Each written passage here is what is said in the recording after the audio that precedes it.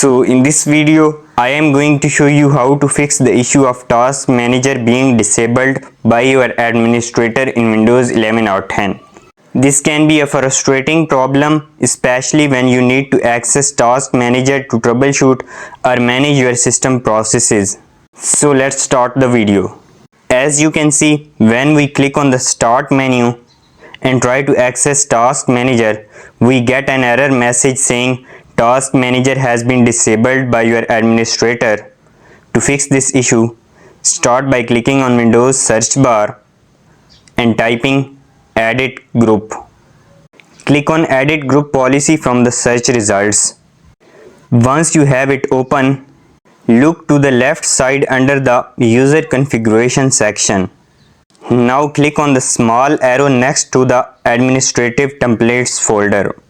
After that, expand the System section and then click on Ctrl plus Alt plus Delete options.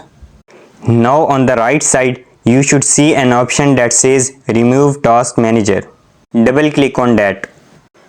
If it's currently set to enabled, change it to not configured by selecting the first option at the top.